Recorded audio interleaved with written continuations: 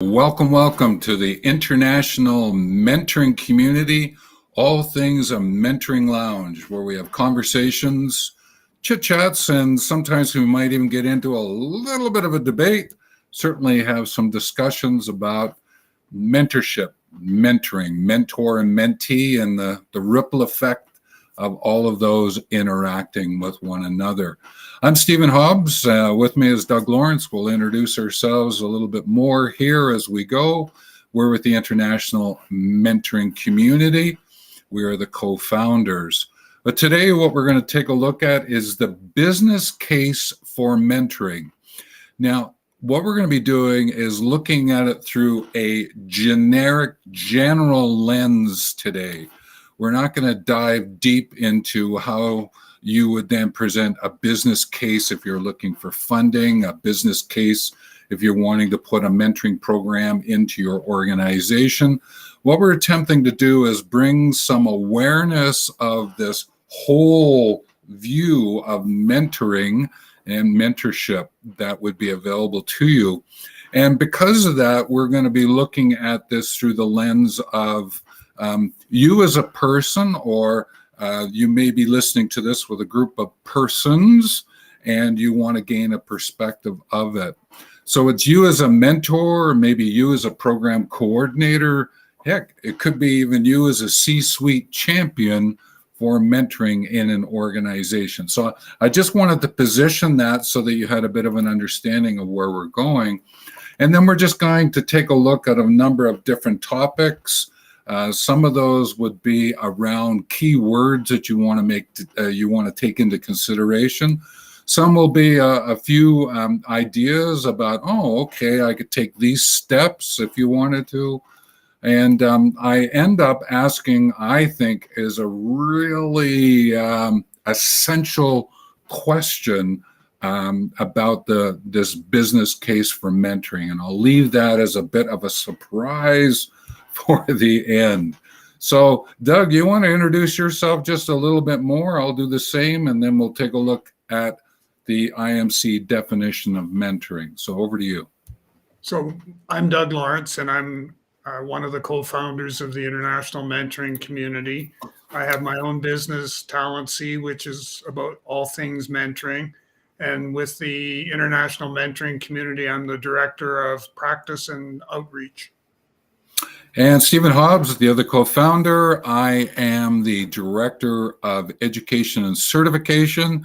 So in many ways, you meet Doug on the way in to IMC, and then I support you as you move into your education and certification. I also have my own company, Wealth Movement, and I guide olders to be elders who serve as mentors. So it's a great connection that Doug and I have, and Doug has certainly a much deeper practice than I do. I tend to create online courses, write books, even though Doug writes books as well, but I tend to, write probably about 10 a year. So I have fun writing those, but Doug's books are excellent. They certainly make a connection between mentoring and, Doug, mental health. And it's a great consideration, something you may want to take a look at, whether you're a mentor outside of an organization or a mentor inside an organization, from whatever perspective. Doug has quite a keen eye and a sense of the importance of connecting mentoring and mental health. The name of your latest book is? You Are Not Alone. And that's available through Amazon. I have one coming out called Mentoring Now, which is it's about 35 action outcomes that you can use while mentoring. So with that introduction, Doug, you want to give us the definition that we use at IMC and maybe highlight a point or two in that definition? I sure can. So the definition is mentoring is a two-way trusted relationship where the mentor and mentee learn and grow together through personal and professional development. And the one thing that jumps out for me is obviously the terminology around a trusted relationship. I've started now to, with that definition, started to refer to it as a trusted arrangement. So, and one of these days we'll maybe have a conversation about sort of why that is the case. But definitely the trusted relationship is part of the building blocks to building a successful mentoring relationship or mentoring arrangement. For sure, for sure. So keep that definition in mind as we go through. Again, I just want to remind you that this is a general approach to the notion of the business case for mentoring. If you go to places like YouTube, business case sometimes is just taken out of the search. Sometimes it's the business for mentoring. So there's a little bit of everything. Today we want to just summarize this. This is something that's near and dear to Doug and my practices, and we thought that we would just share a bunch of ideas with you. And again, to take it from you being a mentor, you being, hey, could be even a mentee, a program coordinator, or the C-suite. And in general, I just want to make the connection. It's the business of mentoring, the business case for mentoring. And really, it's about this notion of the organization of time, effort, and money. Now, you might think, okay, what's the connection here? Well, the business case of mentoring is that mentoring is meant to help with the organization of time, effort, and money. Now, if you're a mentor, you're helping the mentee from a time, effort, and money. If you're a program coordinator, you're looking at the time, effort, and money you put into mentor-mentee matching and then the conversations that they're having. If you're from a C-suite champion point of view, it's the time, effort, and money that would be assigned into the mentoring program as a whole. So it's really important to remember this notion of time, effort, and money, which actually forms up the notion of systems. So mentoring, being its mentor with ing, the mentoring, it's an educating approach, and it comes from a systems point of view about save yourself time, effort, and money, and make it come from a place of safety. So I just wanted to bring that to your attention because, okay, if we're going to create mentoring, I'm going to serve as a mentor, then there is this time, effort, and money consideration that's going to float across that. Now, the other thing that's kind of interesting, and this came about through my background, I've spent many years in the education system as a learner, and also I have been a university professor, college instructor, and the use of words becomes important. And then when I moved out into being more of an organization consultant and doing some coaching and mentoring, I came across this sort of connection is that often within the workplace, we'll use words like goals, objectives, and action steps. In education, different field, you're using learning outcomes, learning objectives, and learning activities. It's sort of this cascading effect. So in IMC, when Doug and I chat about things, we talk about the profile category, the action outcome statements, and the concepts and practices that go with it. So again, this cascading. So what we're doing is we're sharing with you is that there are these concepts and practices around mentoring. In other words, there are then action outcomes that you can be verified against to be able to say, hey, I have a practice and I can confirm that practice, and that's why IMC can offer certification to you. And therefore, those action outcome statements make up a profile, and therefore, what we're giving you is a certificate of practice mentor. And we have one as certificate of practice mentor, but more from a journey mentor perspective. So again, that languaging, you might find that that is helpful to build out your business case, because you might be in the organization going, okay, I'm a manager, I want to build it out, goals, objectives, action steps. You may be in the HR learning and development program, and you may want to use learning outcomes, learning objectives, and learning activities to get this mentoring program up. While you're actually in the mentoring program, you could use this profile category, action outcome statements, and concepts and practices. So again, a language to help you unfold a presentation or a business case for mentoring. Now, there's other words that we tend to put into a business case, and we might do, okay, what are we going to maximize, minimize? What are we going to increase, decrease? What might be the gain and loss? What might we start and stop? We have language like that that's in our mentoring story as well. Because with mentoring, you might find that you want to maximize something, but you may want to minimize something. There may be things that you're doing really well. You want to continue doing those. There's a few things you need to shift, maybe even stop doing. That's why this language that I'm sort of sharing here is sort of like two ends of a stick or two sides of a coin, right? A way to look at it so that when you go to describe your business case for mentoring, these are words that you might include as ways in which to get some of your points across. Another language point is sometimes people talk about, well, what are the key performance indicators? And then they talk about the organization. So I'd like to offer a slight variation here. And it's because of the mentoring story that you want to bring forward. I suggest that key performance indicators are about achievement by the person. Therefore, there are key productivity indicators, which are about the accomplishment of persons, groups, teams. So when you're putting your business case for mentoring forward, there's an element of the performance of the person because of mentoring. But if you have mentoring happening in your group and team as a whole or department, you could talk about the productivity indicators linked to the mentoring program.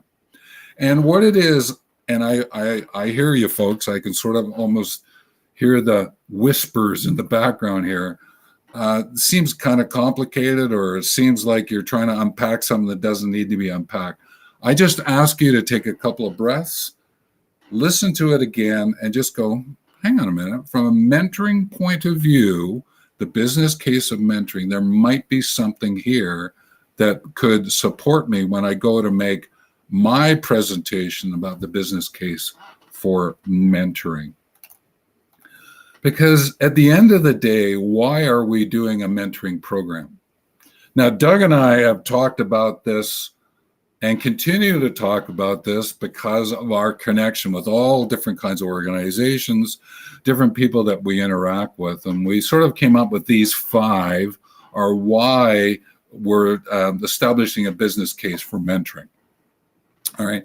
Now, because Doug has his own business, I have my own business. Together, we co-founded IMC to do the certification. We can speak about this from different angles. And I'm just going to ask Doug, whenever he feels, jump in, and he'll give you his point of view. So let's get started. So the first why is to meet the original outcomes as a program to support the personal, professional, and organizational intentions. So why have mentoring? Why is there a business case? It's to get the outcomes the program can support, right, of the initiatives that are ongoing. How does mentoring support what the organization is doing to assist personally and professionally those who are involved? And that's part of the definition, right, Doug? That's why we put that in there so that we have it front and center.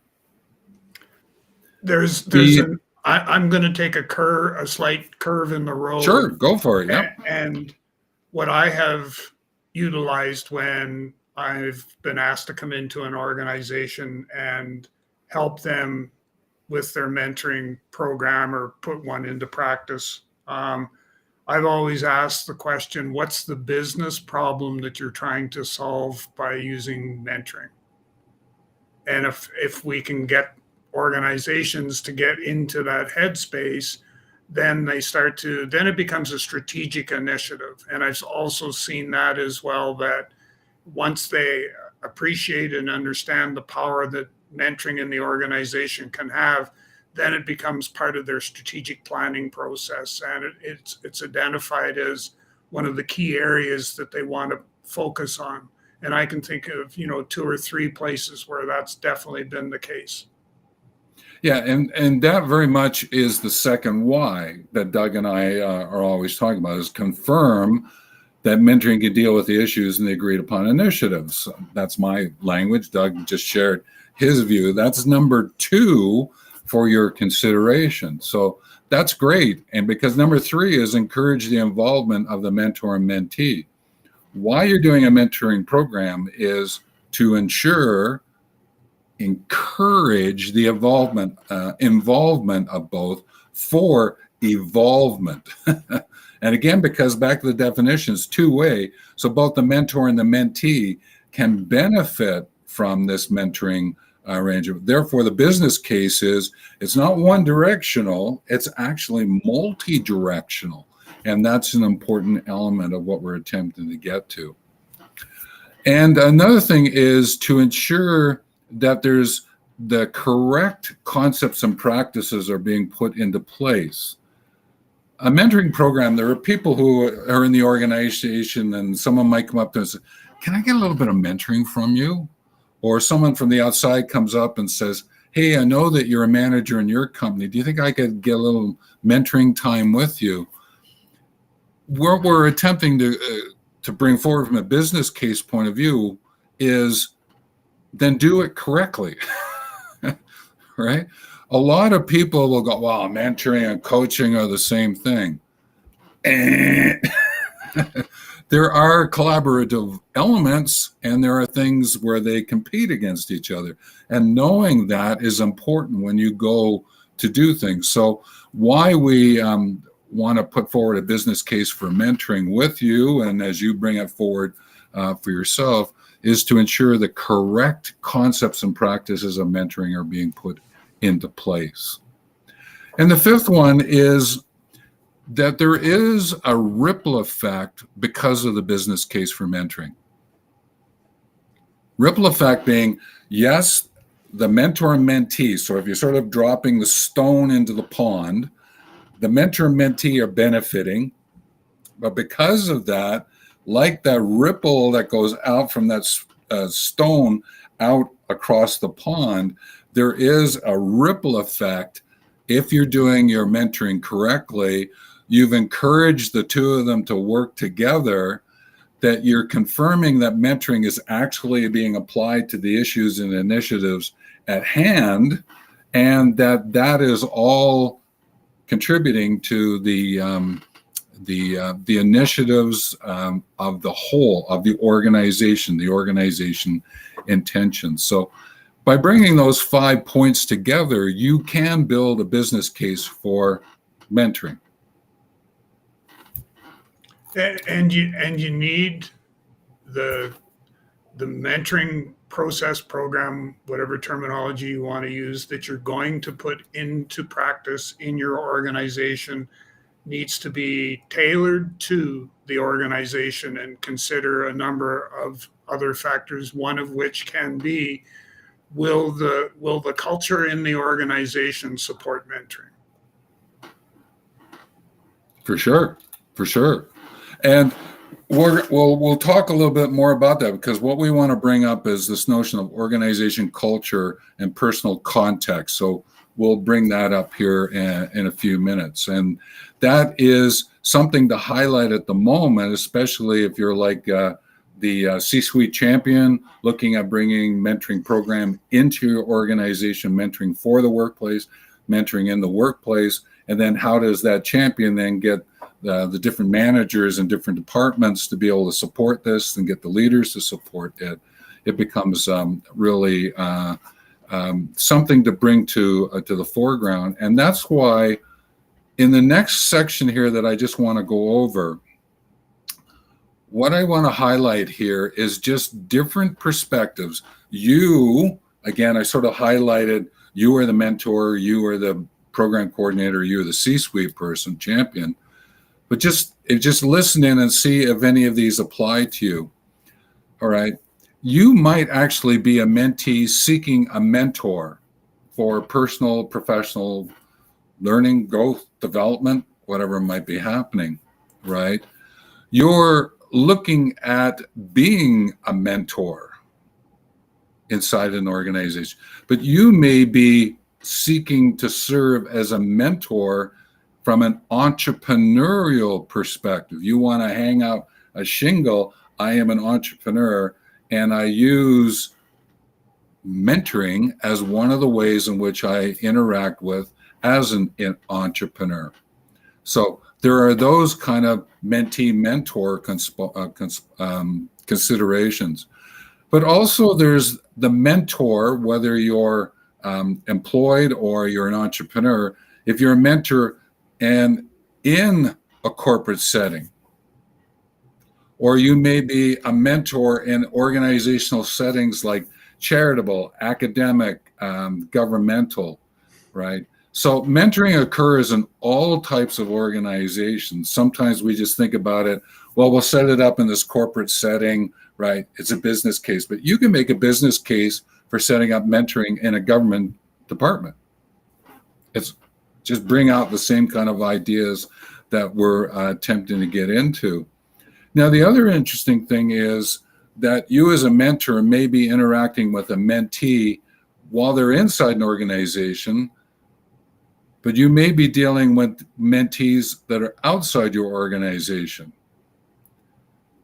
And that's something to take into consideration, because maybe someone from another organization has come to ask you, can you mentor me? And there's that possibility. So looking at it through that lens.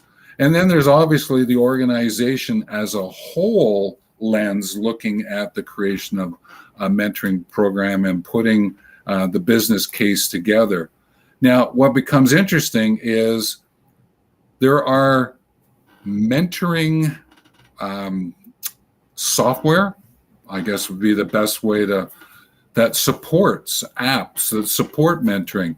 And therefore, you might set up the program inside your organization, but you may also go outside and get support from the outside to come in to run your mentoring program. And there is the hybrid of that. Now, again, Doug has done a lot of research in the different software programs, right? And there's advantages to saying, okay, well, we'll just create our own.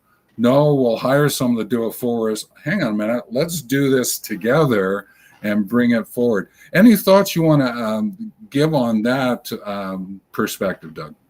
Typically, the driving force for the implementation of mentoring software is driven by the number of people involved in the program.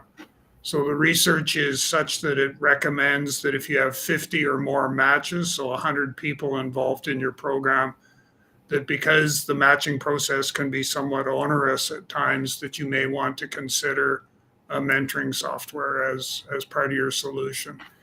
And what it also can do for you is it can create a community for your organization. So it can create that mentoring community that that's going to help you be successful with your program. For sure. And another factor that take into consideration here, like if I'm a mentor within, mentor outside coming in, people are coming to talk to me from other organizations, right? This notion of getting support from mentoring software is the degree of formality.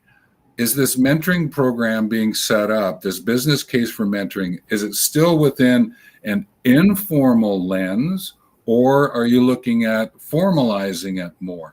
There's some considerations that you've got to take in for that. And I think Doug sort of highlights that, where you're saying, okay, if you're bringing in support from the outside, there might be a number of matches where software can be really assistance. Otherwise, maybe your organization can do it off spreadsheets, right? Do it and just simply because of having conversations at meetings. So again, I just wanted to highlight that point. Sometimes we forget that, and I just wanted to bring it to the surface. Now, when we think of business cases, there's another word that pops in, and it's measurement. I thought I'd just share just something about measurement here.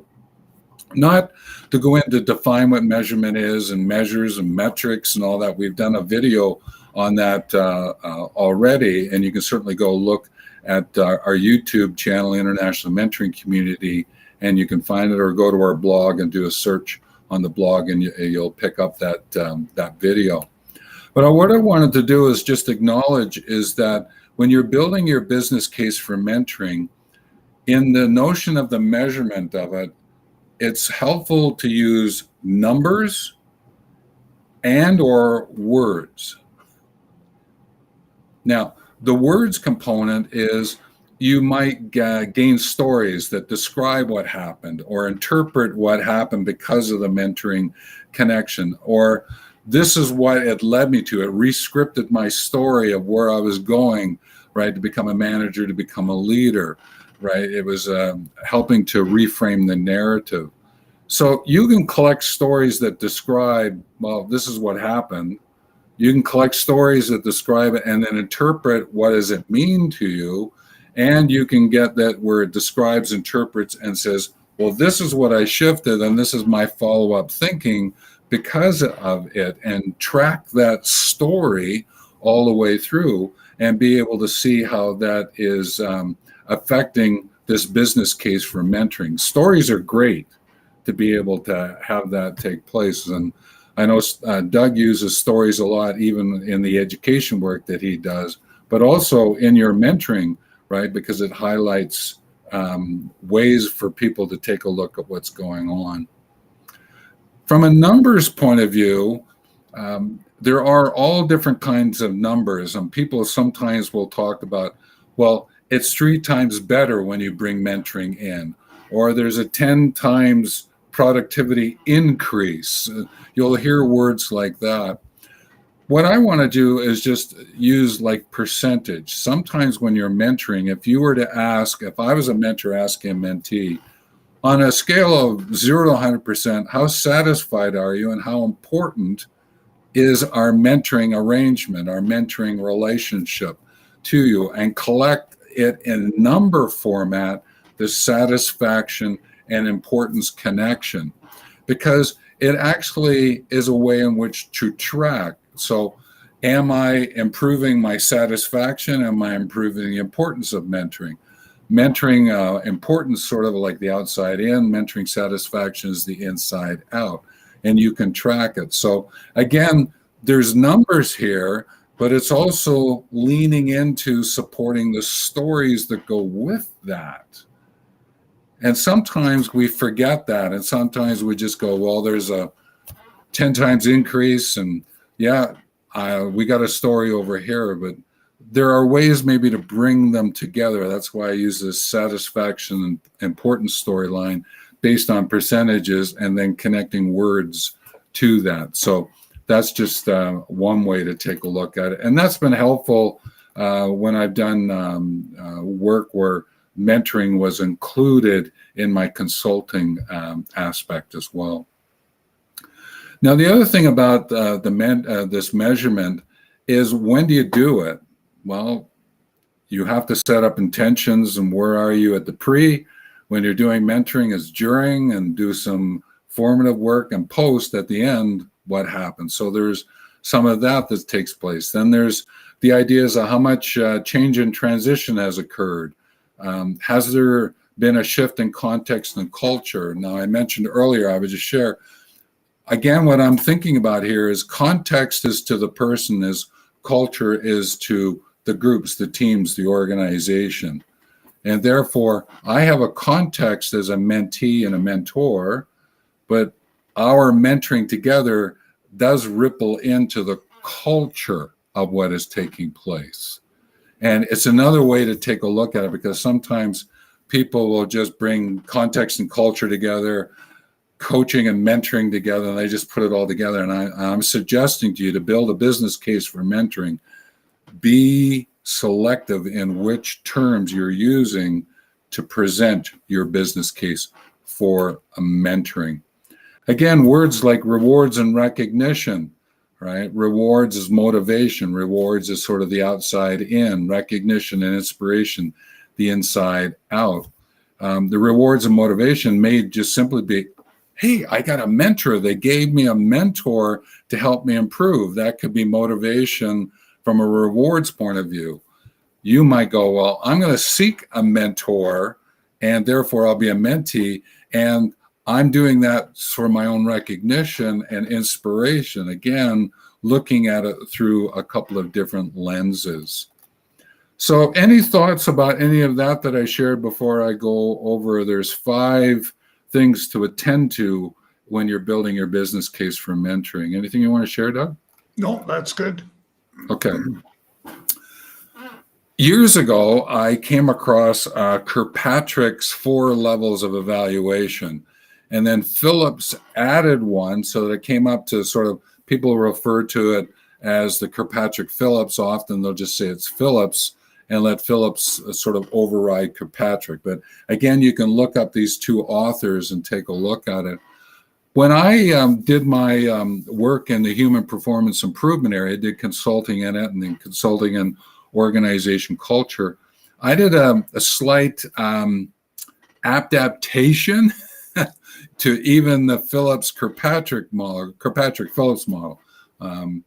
And so what you're attending to and building this business case for mentoring, here's a lens to look through.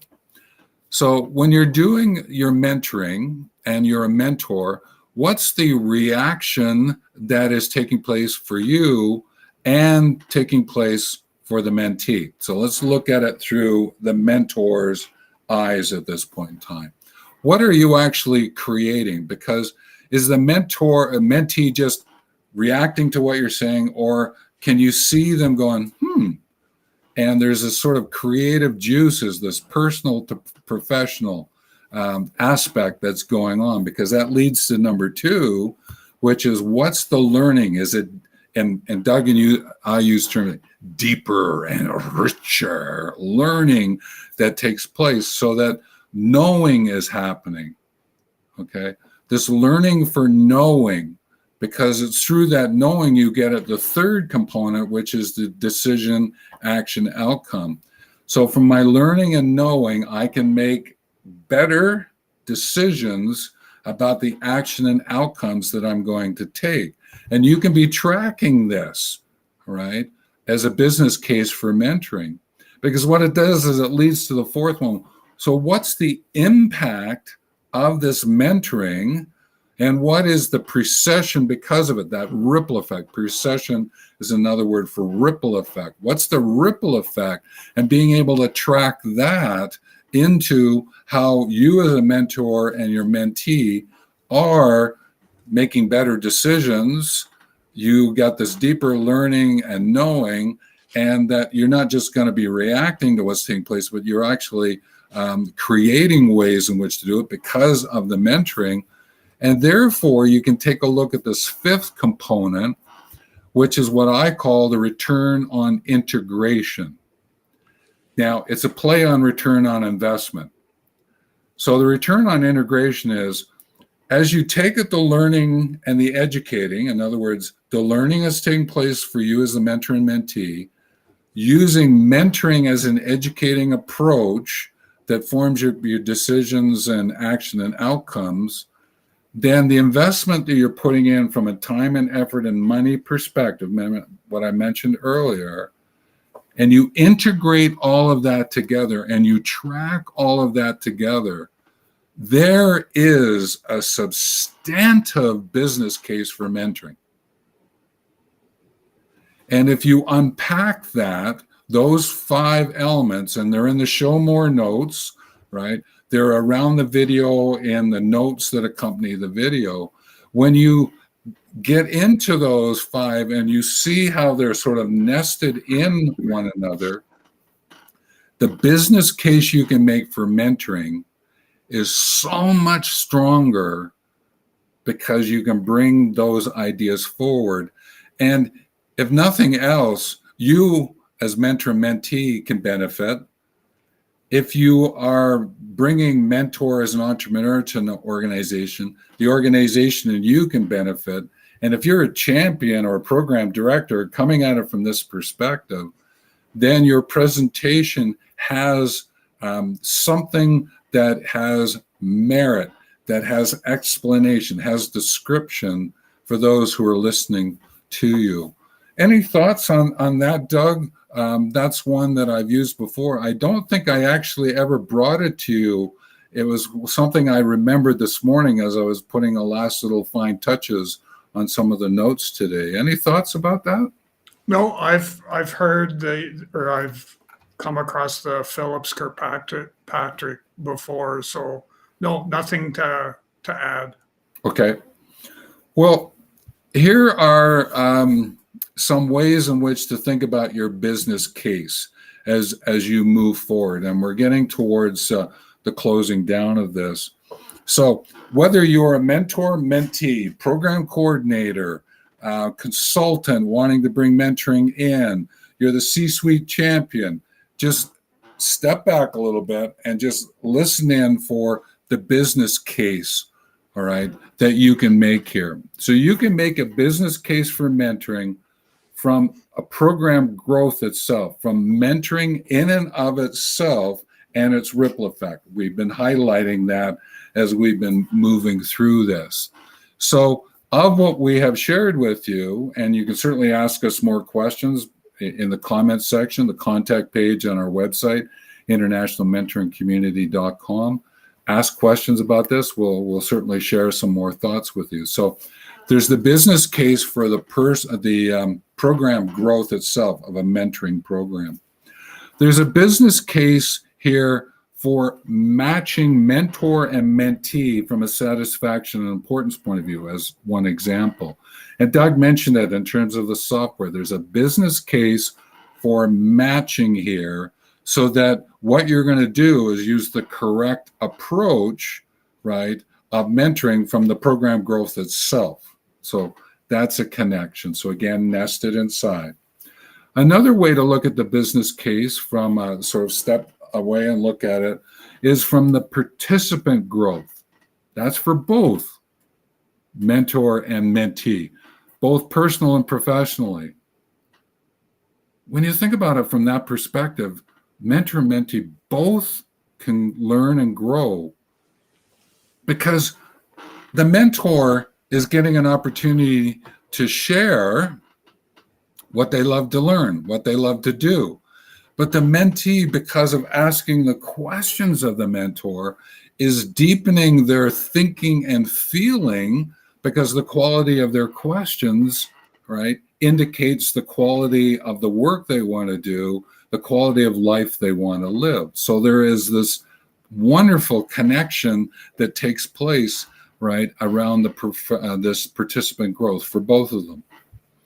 Another way to look at this business case is through the organization culture.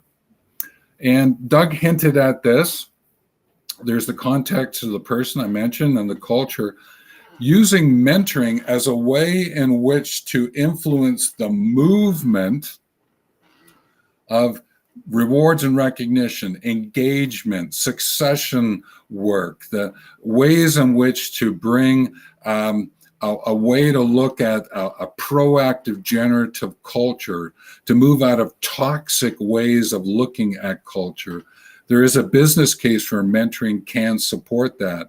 And sometimes you may have to bring the mentors from outside into the organization, or develop a really strong inside mentoring program, educating the mentors in how to support this cultural shift, this foreground, background conversations that are necessary to move the culture forward. So there is that perspective as well.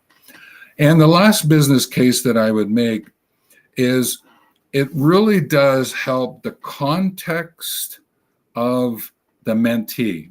Now, I know it does for the mentor. I think that is obvious. But mentoring for and with the mentee is that as a mentor, you're able to give what's called feed forward.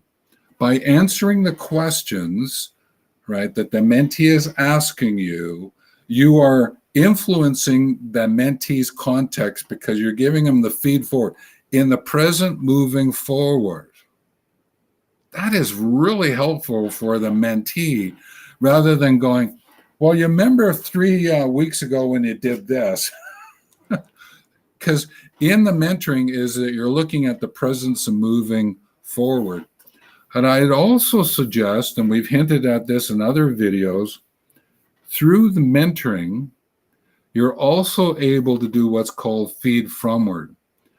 As a mentor, interacting with your mentee, helping that mentee's context of the work that they're doing, if you can connect it to their intentions of what they want for themselves, what they want to gift to the organization, and you can mentor, answer questions, give insights from that future for use in the present, then you're making a connection for the mentee that often is overlooked, and the mentee is just doing it on their own.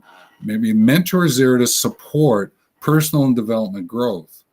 We know that it helps the mentor, but to really look at it through the mentee's eyes and building the business case for that, there is something there to be able to bring forward that connects to the organization culture, the participant growth, the matching, and the program growth of mentoring in and of itself.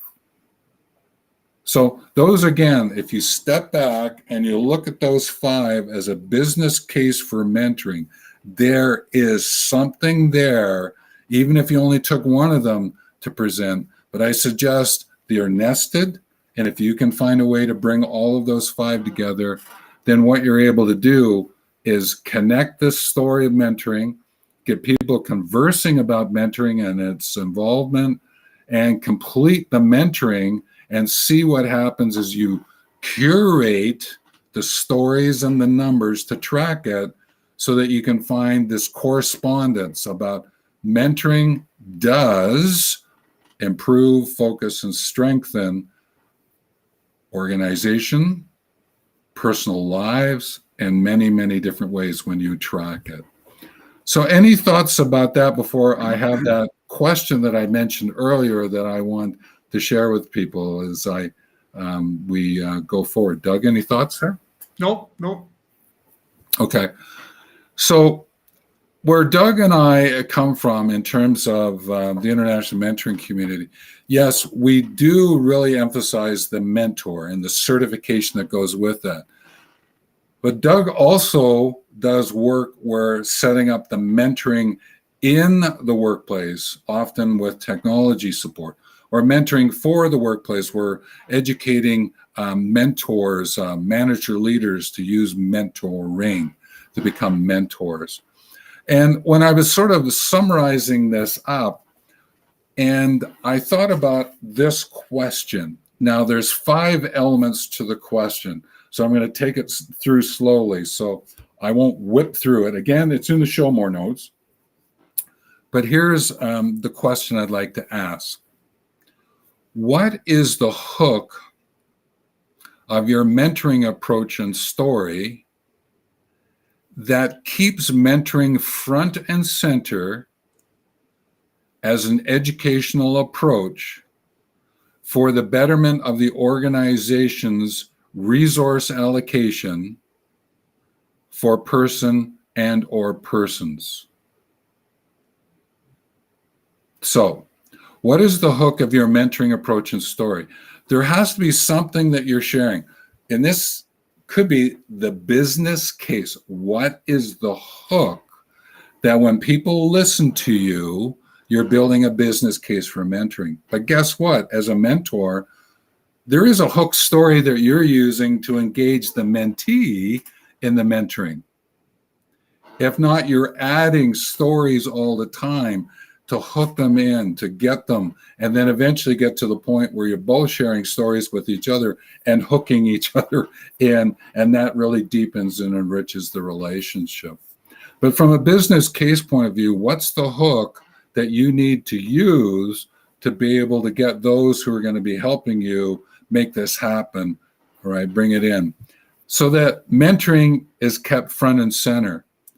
There's times when I've chatted with people, oh, enthusiasm, man, yeah, that's great. Yeah, let's get it in, let's get it going. And I'm interacting with them, and things just sort of drift away, and it's sort of gone. And no one really said, no, it stopped. No, it's still going. It just sort of drifts away. and I had that happen with one client, and I had to have a conversation with them about, well, where are we or where are we not going? And it revitalized it, and that's great. So that was helpful. But it's to keep mentoring front and center as an educational approach. Mentoring does bring this learning and knowing and decision making and action outcomes. It sort of keeps that flywheel moving and be able to support it, all right, through the mentoring. And it's about the betterment of the organization of resource allocation. Remember, at the very beginning, I mentioned it's about the organization of time, effort, and money. That's the resources that you can allocate, whether you're a mentor, a mentee, the organization as a whole. So that what it does is that the person can get the personal learning and development, or persons if you're expanding it and making it a much bigger program. So the question really is, what's the hook of your mentoring approach? What is the hook of your business case for mentoring? If I was to just simplify it down, what is your hook for your business case of mentoring? Any thoughts before we head into closing down, Doug? No, I think that's an interesting question that a lot of people don't think about. And I know the approach that I certainly take is one that's focused on the business problem that mentoring is solving. So that seems to work. That gets people's attention. Yeah, and you could take it and say, okay, well, that's the hook. Okay, then there's a story that goes with that hook, and then there's this offer I can make, or I'm going to ask you more, right? Sort of hook, story, ask, hook, story, offer. But really what I'm wanting to do is, because we're looking at the notion of business case, what is the hook for the business case for mentoring? If that's just the shortened version, if you go back and listen to the video, there's insights here depending on what you want to do to pull it together. This is not step 1, step 2, step 3, step 4, right? Because your situation, the learning that you need for your situation, you're going to have to take what you believe applies and put it into action. Okay, that's a really important element of this. And I guess the final thought that I would just share out of this is that there is a couple of videos that we have shot. We put links to it. The 10 essentials of a mentoring business. So the 10 elements that you would take into consideration of a mentoring business if you're an entrepreneur. But you could look at them through the lens of I'm a program coordinator and which of those apply. And then there's the 9 measures of success when you are involved with mentoring. It's actually part of a conversation that we had back in 2020. There's a few of us were just talking about what are the measures of success linked to mentoring. So there's a link to that as well. And just to go towards closing, and then Doug, I'll ask you to close up, is that found a couple of mentoring and organization statistics, samples, examples. There's 2 links here. They come from, one is an Australian group, and I think the other could be an Australian group as well. I didn't actually check. I just remembered around putting some numbers together. So if numbers are important to you, you might find it in those 2 links. As we find more, we'll come back and put them in the show more notes over time, or if you have suggestions for us, put them in the chat function and we'll get them up and get them going. So Doug, as we're getting to close, and as tradition is, I just remind everyone, is Wednesdays at 10 a.m. Mountain is when Mentoring Lounge opens up. We'll sometimes go 30 minutes. Like today, we're going to go 50 minutes or so. It just depends where we are with things. And we certainly encourage you to put comments in and ask questions through the contact page as well. So again, 10 a.m. Mountain Time. Join us through the YouTube channel, IMC, International Mentoring Committee, or even on Facebook in the mentoring and health, mental health group that Doug runs. So with that, I think that pretty well covers it off from my end, Doug. And again, as tradition is, I bring you in. Doug takes us out with a thought or thoughts that he thinks are important. And when I know that he's done, I'll just say take care and I will end the broadcast. So Doug? So what we heard this morning today was the significance or importance of learning. So creating that deeper learning and knowing environment as part of your business case. And you need that in order to be able to have or to ignite the participant growth. And so from my perspective, one of the things that definitely jumps out from a practitioner perspective is the significance or importance of training of mentors and mentees. And part of that comes from the aspect that training has been identified as one of the 4 reasons why, or lack thereof, I guess, lack thereof of training. It's one of 4 reasons that mentoring programs struggle to be successful in an organization. Take care, everyone.